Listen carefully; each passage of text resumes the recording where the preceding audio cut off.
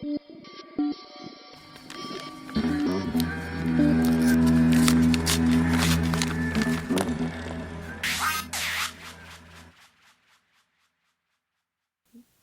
Nigel, Amy, Erlon, hello. What up? Congratulations on another season. Yes. Exciting. We are here to do what I've named an editorial roundtable, but maybe we should think of a better name for that. What's wrong with editorial roundtable? It just sounds a little boring. Is it Sounds boring? a little editorial. Yeah. Editorial, behind the scenes. Editorial deathmatch. Check in. That's more Check like in. it. We did the first one of these, I believe it was last season. No, it was 2 seasons ago in response to a lot of feedback we got when we did 2 episodes about people getting off of death row. And there's just like a lot of interesting conversations to be had around that. And that was so fun that we decided to do it again, and maybe it's going to become a regular feature, and it actually could be a nice way to kind of mark the end of the season. I think so. Because even if stories aren't, I don't know what's the word, complicated or spicy, there's still always things to talk about. Totally. So many decisions that get made. And it's a nice way to kind of look back on the season, and it made me re-listen to some episodes yesterday and today. And Nigel and Erlon need no introduction, but it occurs to me that I'm on these things sometimes and I never say who I am. I am Bruce. I'm the executive producer, and sometimes I end up moderating things like this. Amy. And I'm Amy, and I'm the editor. But also, I was thinking today, just as much a producer. Oh, yeah. So maybe I'm more wearing a producer hat today as someone who works pretty closely on the stories. It is an interesting way your job is formed because in theory the editor comes in like once the story is already taking shape and says like this is working, this is not, but you're involved kind of throughout. From the beginning, like you too. It's both of us. I mean, we're a small team, so and I think we found a sort of unconventional way of working, but I think it works. Fortunately or unfortunately, this bolsters my confusion with what a producer actually does. A producer makes and that's things. what we're here to talk about today. Yes, exactly. Everyone turns off immediately. For the 2 listeners who are still with us. So we're going to talk about 2 episodes this time. We're going to talk about Bag of Skittles, and we're going to talk about the last one from our season, Over and Over and Over and Over. Yes. We're going to get to that one second, I think, both because chronologically we did it second, and also it seems maybe there's a lot to talk about with that one. But we did also want to talk about Bag of Skittles, which was, Erlon, you want to describe what that episode was about? I think that episode was about, body dysmorphia? How individuals body change modifications their that body. became, that seemed like a good theme. And there's one story in particular we were going to talk about today because it sort of stood out and there were some interesting editorial issues around it. But I also just wanted to mention that it's a episode about body image with no women in it. Yeah. Exactly. And how did that end up happening? Because I remember I think we interviewed kind of an equal number of men and women. We went into this episode believing that this was going to be an episode from men's prisons and women's prisons, men and women talking, and be able to compare those kinds of stories in different interesting ways. Yeah. I think unfortunately we didn't get tape that was unexpected from the women's prisons. It all was about gaining weight. And I just couldn't get my head around doing an episode where we've got much more complicated stories about men's issues with their bodies and then just have women's stories that focus on weight. So I don't know if that was the right thing because that's the tape we got. That's what people wanted to talk about. But it felt like we had to either push more or ask different kinds of questions or think about it in a different way. No, I don't think any of us felt great about that tape. Yeah. It was sort of the same thing. I mean, over and over, women coming to prison, being very depressed and coping with that by eating a lot and sitting around. But if that's the reality of it, what do we like? I'm still asking myself, what do we do with that? If well, that's I think what they were telling us. Like you said, we find ways to deepen those questions. Yeah. And that just was going to require a whole different kind of line of questioning than we were doing with the men. And the episodes would have diverged in weird ways that would be kind of unwieldy. I think we all felt like it's not that we won't do that episode, but it's going to be a little different, and we need to think more about sort of what its various little nooks and crannies are. I think sort of the actual reason that there aren't women in this first episode that we did about body image was because the tape just wasn't there. Yeah. But I do like the fact that we ended up doing an episode about body image with men, because it just made it a little more surprising. Yeah.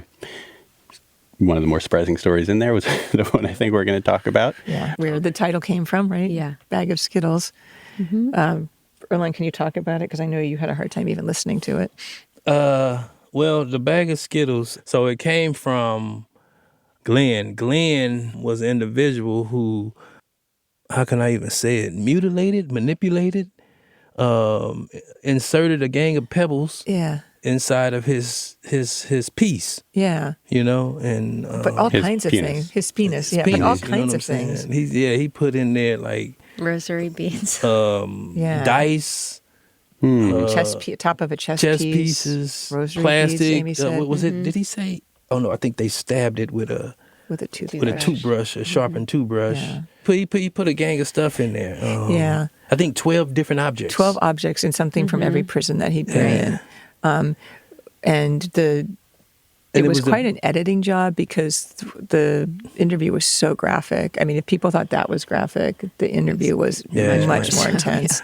And I think we were all very nervous about what it would be like getting that part cleared because it was so graphic. And I also wondered how listeners would hear it. Yes. Yeah. Mm-hmm. And I didn't think we got as many comments as I expected about it, about people being sort of uncomfortable with it. But I'm surprised more people didn't ask about the infections and things that happened because of the unsanitary conditions of how it's done. Did infections happen? Well, no one ever talked about them. So I wondered, I would think. He said he's done 98 of these. There's good reason to take this all with a grain of salt. But he said he's done 98 of these procedures. Yeah. But I don't think we talk about that. We didn't actually talk about that. We took that one out. You took that part out. Yeah. We took it out. The fact that he did them was not in the episode. Yeah. So, which gets to this question of sort of what we were worried that our censors were going to flag. Well, let's not call them censors. Okay, what we were worried that our so every episode has to be reviewed by someone at the prison press officer. By multiple people. The local press officer at the prison that the tape is from, or if it's from multiple prisons, every press officer. And then for California prisons, somebody in headquarters has to review it. And they're supervisors. And in fact, in this one, the supervisor, the head of the CDCR, reviewed it as well. In fact, the episode dropped late because it had been on the secretary's desk for a while. And we finally heard back and they had no concerns. Yeah. But why would we think that like the public information officer would have a concern about this just because they're prudes? Well, one of the reasons I thought they might have a problem is because of their PREA laws. What does PREA stand for? Prison Rape Elimination Act. And there was a story we did where there was a joke in it about a penis. A piece of graffiti. A piece of graffiti that referred to a man's penis. And I was there when that interview happened, and we were sort of laughing about this joke, and we had to take it out because it was considered a PREA offense towards me. Which is so strange because you're obviously not an incarcerated person, Right, but PREA isn't just for incarcerated people. Right, it's like in prison, but of anyone. Offense against you? Yeah. Or was it because it was in a staff office and that staff misconduct? No, what they had said was me being there when men were talking about penises. That it was like a harassment potential harassment issue. Yeah. And one other time we've run into that is in the live show that we've been doing, both outside and inside. There's conversation about a prison-made sex toy. Mm-hmm. And so far, we've asked 10 prisons if we could talk about that, and all of them have said no. And one of them did say it raises PREA issues, one of the California prisons. And it's confusing to like who was the victim there? Is it the people in the audience who are being sexually harassed by having to see this content, or is it? I guess so. Yeah. So I guess anybody could complain, right, about having to hear that, or I could have complained about men laughing and making me uncomfortable. So I think it's all about the potential of making somebody uncomfortable. Mm-hmm. So if any tape I thought would have made people uncomfortable, it would have been the description of that penis modification. So we worried that the staff, that the public information officer at San Quentin might hear that Glenn interview about his penis and think that it violated Priya by sort of having a sexual act described in a graphic way in front of presumably, some kind of audience. Or I don't maybe think it's the audience, it's the... Is it the moment itself, like that the act of doing that surgery was a violation of prison rape? Was some form of prison rape, and therefore... I don't know. I mean, another thing, we never said any of this happened in prison. I mean, I think maybe... It's pretty strongly implied, but some of it said the county jail when he first came, Right. Sorry, so that didn't happen in a CDCR institution. Right, which maybe helped us get it through. So we were pretty surprised, right? When... Yes. I expected, just because it was so graphic, whether they would say Priya or not, that it just would be like, no, this is too far. Yeah. And Barry in the initial email when she approved it, and then also when you guys called her to ask her if she approved it, she said, the filter is safety and security. If something in an episode is going to put somebody, a staff or an incarcerated person or volunteer or anybody in the prison in harm's way, then we have to change it or cut it. And those are the rules that we've all sort of signed on to. That's the understanding we have with the prisons, that safety and security of the institution are the only grounds that they would prevent us from telling a certain story or part of a story. Which is why we sort of say, well, they're not censors. They do review. But the standard, pretty much all of the time, I mean, there have been a few exceptions, but I think the standard, they're stuck pretty closely to that standard. I'd say 95% of the time. Yeah. I think they trust what we put out. I think we know sometimes what pushes across that line. Well, I think that interview is a good example of that. There were things I would have liked to put in there, but were so graphic. I was like, this is not going to... And then sometimes we do got to push the envelope, you know what I'm saying, just to see what comes back, because we might be overthinking it, Yeah, of course, like self-censoring. It's true. Yeah. Relatedly, I have to admit, I wasn't always sure that story should have been in the episode. Oh, is that crazy? The Skittles story? Yeah. Yeah, why? Because it felt, it didn't really have anything to do with prison. I mean, maybe it did, but that context wasn't in there. Yeah. And B, there wasn't a larger takeaway, really. No. There was you didn't really have a thought about it, so it felt like there were a couple core ear hustle things that I want in an ear hustle story that weren't in it. And I was kind of like, are we just putting this in there because it's for almost juvenile reasons?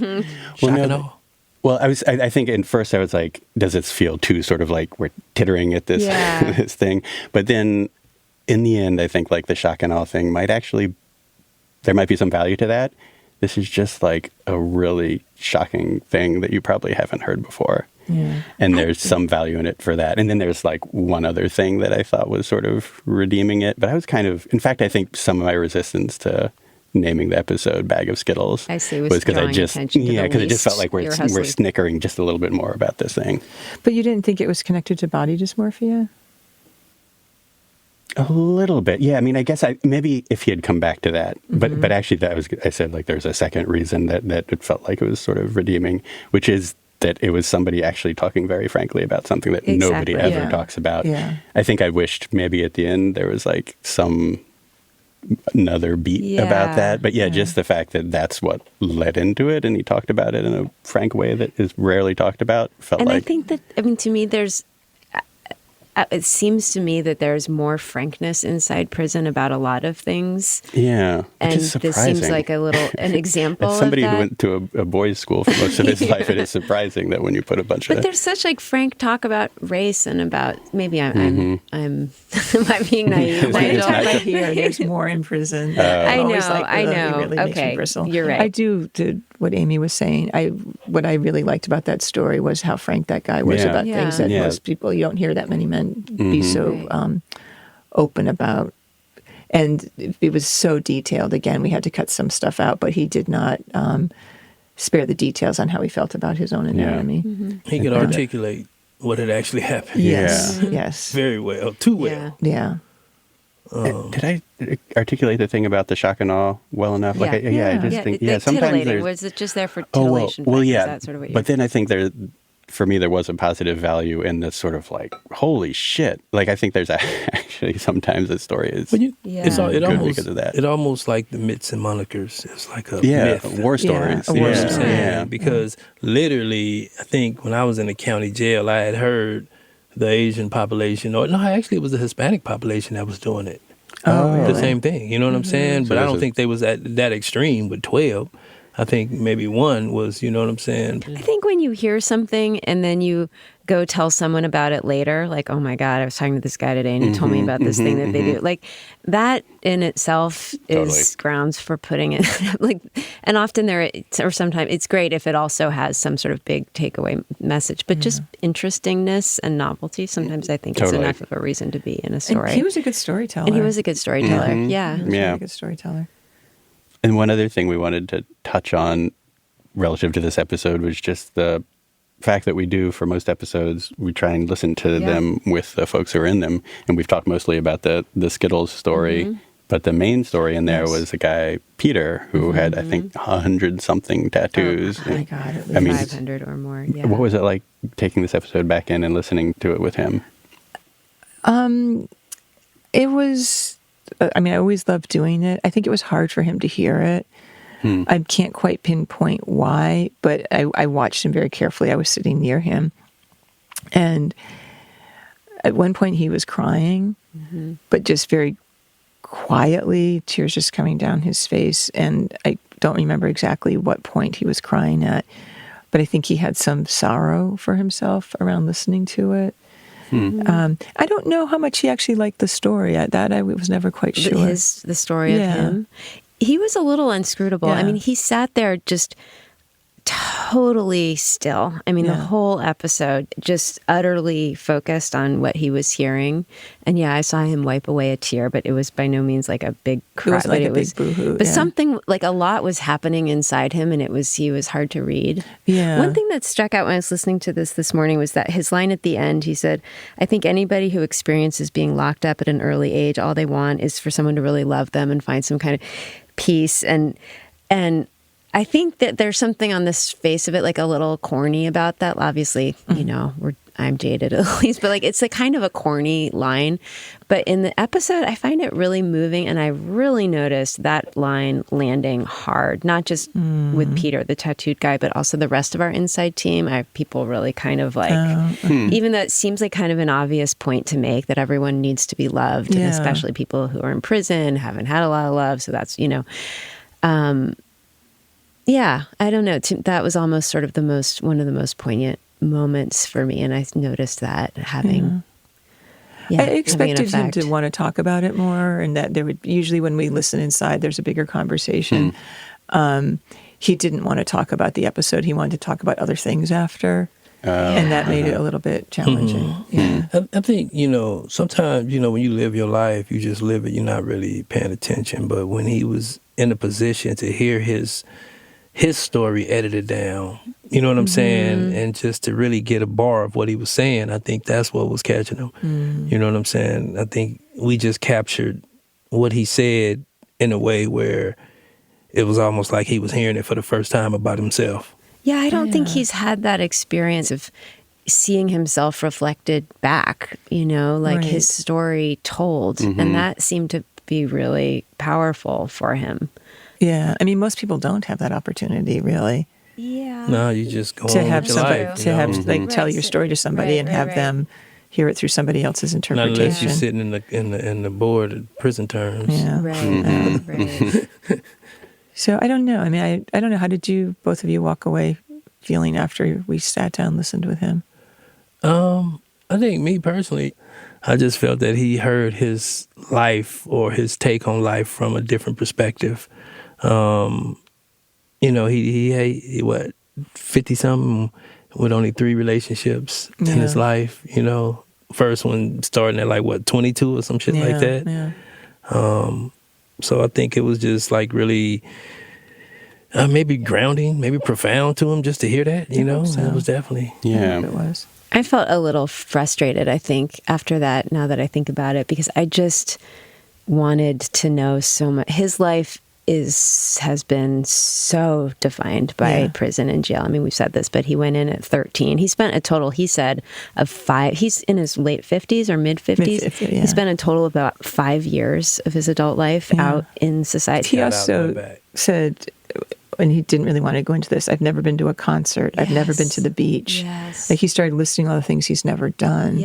And do you say that in the episode? I wanted to hear that story. It was after, and we wanted to talk to him more about that, but he was not, it's not what he wants to talk about. But as Amy said, like, his life is unlike most people that at least I've spoken with. And P.S., he's getting out of prison in 4 months. And that was probably the story I really wanted to tell in this episode was, I don't know if it really comes across, but I don't think this guy could, like, walk into my local Safeway and not, he's really, really different looking than anyone else you see on the street, almost he's always anywhere.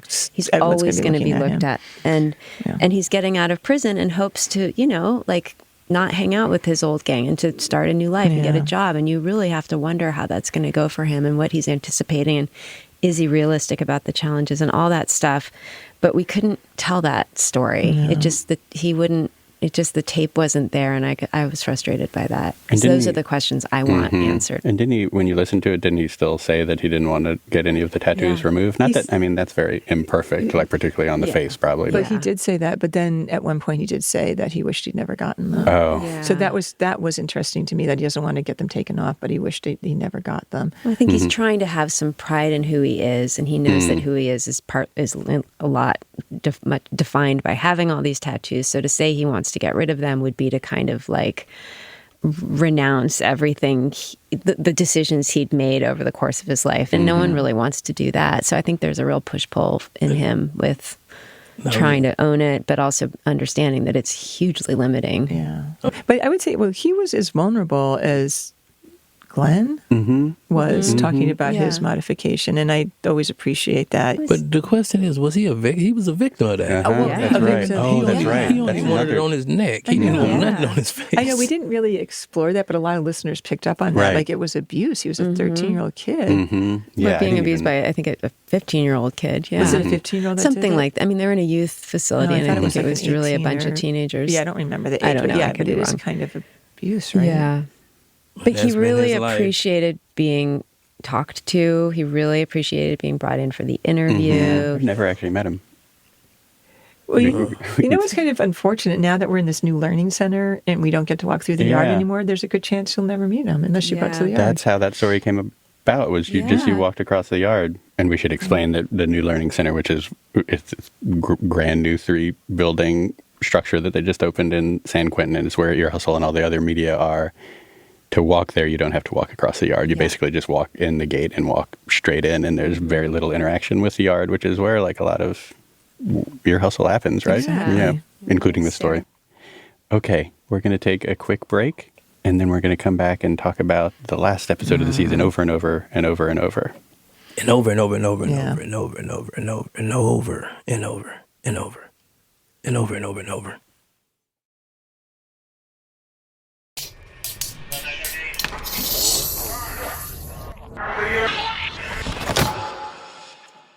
Okay, we're back, and we want to talk about what I thought was objectively a really powerful episode. I listened back to it this morning.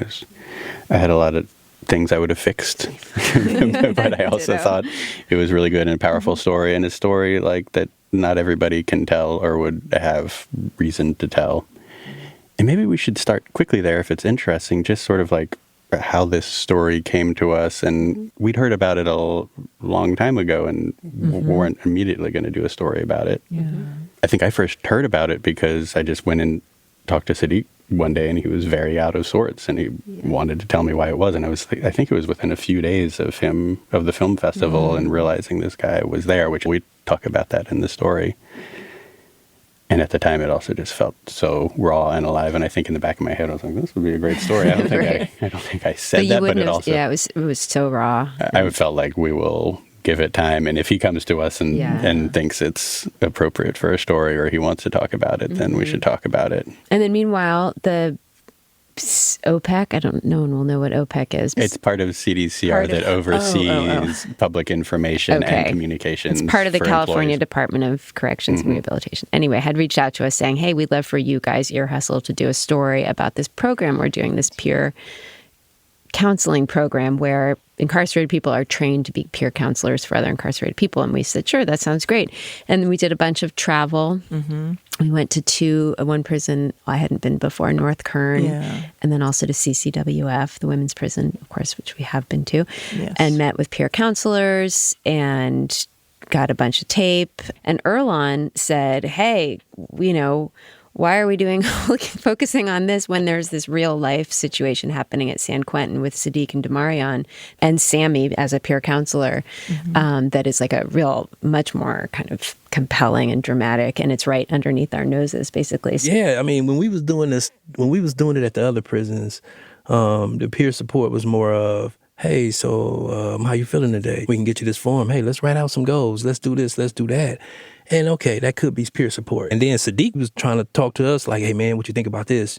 This is what's going on. And I know I was hitting y'all like, that's peer support. You know what I'm saying? Like, that is an example right there unfolding. And then it was really just getting them on board to talk about it. Because you never want to feel like you're exploiting someone about their situation. And you don't know how people want to talk about it or how they want to be perceived. And I think the main thing with them was like, man, this is an important story. This is a very important story. And I think everybody working on the story, but you three mainly, had reservations going in about the wisdom of doing it or how we would do it. And then sort of throughout, I think those reservations changed and strengthened or, could you just talk about some of those? Well, it's such a obviously sensitive. And I think it's always hard to know exactly where people are psychologically. I think sometimes they can say how they are feeling, but there's always so much going on underneath the surface, and none of us are therapists. So to know what would be appropriate and not harmful to either of them, psychologically, but also physically, what kind of stuff it was going to bring up, would it put either of them in physical danger, was a concern I had. For sure. And the fragility of people in the story. It's always hard to know actually how fragile people are. And the interviews were super intense. And I think with a story like this, there's pressure to make it, oh, isn't it wonderful? There's this beautiful story that's happening. But there was clearly still so much pain involved in the story. And I wanted to make that part of it. But by making that part of it, you do have to wonder if you're pushing on things that are fragile, almost a tinderbox in a way. Yeah. Earlonne, what were you thinking about during the interviews? So I would say in the beginning, it was more like, of course, the problem with, let's say, the African-American community is that the violence keep going and keep going and keep going, This could be something that individuals can listen to and be like, And that was the whole point, in my head, that was the whole point. I understood the dynamics, and the dynamics necessarily wasn't on Sadiq. It was on Demarion, because he's the one everybody looking at as this person, or they might be looking at him as this buster or this sucker, or you know what I'm saying? But to me, the way he was taking his stance was profound. I mean, it was deep. Not I'm going to overlook this, but I'm going to come to terms with what has happened. And I'm not going to appease anybody by taking flight on Sadiq. I'm trying to go home. But I know that it was eroding everything in him to just sit there and take that in like that. I mean, you hear how distraught it makes him. I mean, that interview was... It was hard. I mean, I rarely talk to people who are that troubled. Yeah, after the first interview, I really questioned if we should keep doing the story. I was really concerned. So I hope it was the right thing to do. And I think people heard the story as this sort of amazing tale of redemption. And I think that's part of it, but I think there's a lot more going on than that. Well, we talked about at the end of this episode, you and Erlon say, hey, we should bring this in and listen to it with the inside team. Yeah. But I feel like almost immediately after this episode came out, you guys just sort of changed your thinking on that. I don't want to listen to it with the inside team. You can look at it as, even though Sadiq is just explaining what happened, it's inflammatory. You know what I'm saying? You hearing it. It's that over and over and over and over again that Demarion is so... And now he's hearing it in Sadiq's voice, and the voice of the guy who did that. Sadiq. Yeah, it's really rubbing it in. And, the other little bit of a tangent, we don't do stories, we say this all the time, about people's crimes. And it was also very difficult to hear about the crime. And as Erlon says in the story, what gave you the audacity to kill a 16-year-old like that? Like, it is a very shocking crime. And there's no, to me, that this is life, there's no satisfying answer as to why Sadiq did it. And so it's very hard to parse that with someone you care about, right? It's really shocking what he did. And I don't think it gets breezed over in the episode, but I don't think there's a lot of thought about it either. And I don't hear you say things like that very often. Yeah, I don't know how many ways to look at it, because at the end of the day, he killed that man over words. Yeah. Over straight up words that he disagreed with. Didn't want to fight him, didn't want to do none of that. And I just want listeners to hear that. It doesn't change at all how I feel about Sadiq. That's the other interesting thing. It doesn't at all. Yeah. But it is still like, whew. No, because you didn't necessarily meet that Sadiq. Exactly. You know what I'm saying? Exactly. You met him years later. It's hard for me to imagine that Sadiq. Exactly. I think that's the other thing I can't. That's like anybody in prison, though. It's just one decision you made that got you there. Yeah. And since we ended up having Sadiq and, to a certain extent, Demarion sound design the episode, I ended up listening to an early draft of it with Sadiq, which is a pretty unique experience. What was that like? My primary concern was the impact it had on him. And Nigel, you said none of us are therapists. I think about that often, and I no more than when I sat with him describing what he was describing and thinking I'm totally unequipped to be here with him. I don't know like how to support him. Or if he needs support. I just really got in my head about that. It was hard to put the two things together. It was hard to think, oh, this is the guy that I know very well is the person telling this story, and he did this thing. And then when he's described firing the gun, it was intense. Yeah. Sorry, I'm not doing a good job of describing it, but it was very intense. Yeah, I still don't know if we did the right thing doing the story, and I'm thinking more about Demarion than Sadiq. This might be have made things worse. Yeah, I don't know if we'll know. I guess at some point, but I think it was a great story. There's no doubt, but I do. Maybe of all the stories we've done, this is the one I've questioned the most in terms of somebody's mental health. Nigel, you mentioned a few times, or you kind of made reference to people hearing this as a kind of beautiful redemption story, but it seems like you heard it as more than that. I hear it more as how incredibly difficult these situations are, and they don't just end. This will haunt both of them for the rest of their lives. And I come back to the question that I never can get answered, and we're going to explore it more next season, is what are people looking for in this situation? What is forgiveness, and who is it for, and what does it do? And why do you have to have a relationship with this person? Can you forgive them and not have them in your life? But really the question is, what do people get out of forgiveness? What is Demarion getting? What is Sadiq getting? And what are they looking for? It just seems like something that's unanswerable unless you're in that situation. But that question really lingers with me, continues to linger with me. And it seems like almost an impossible one for people to answer in a way. I think it's a troubling story. I think this story is messier than it looks on the surface. And I think we all hope and want to believe that messiness comes through, that listeners can sort of read between the lines a little bit and hear that in Demarion's voice. And we're working on an episode now that I think where that messiness is pretty explicit. It's kind of the point of the story. And it's a similar sort of dynamic between a victim and an offender, where you see how complicated this relationship can be, even when both people are really trying to move on and do right by the other. Exactly. So more to come. Thank you all for being here. Nigel, you have to run. After, but you guys can keep talking. I appreciate revisiting this ritual that's now becoming a ritual. It should be a ritual. It's great. Yep. Yeah. It's really fun. So we'll see you all again in about 6 months. Yeah. And make a lot of episodes between now and then. Radiotopia.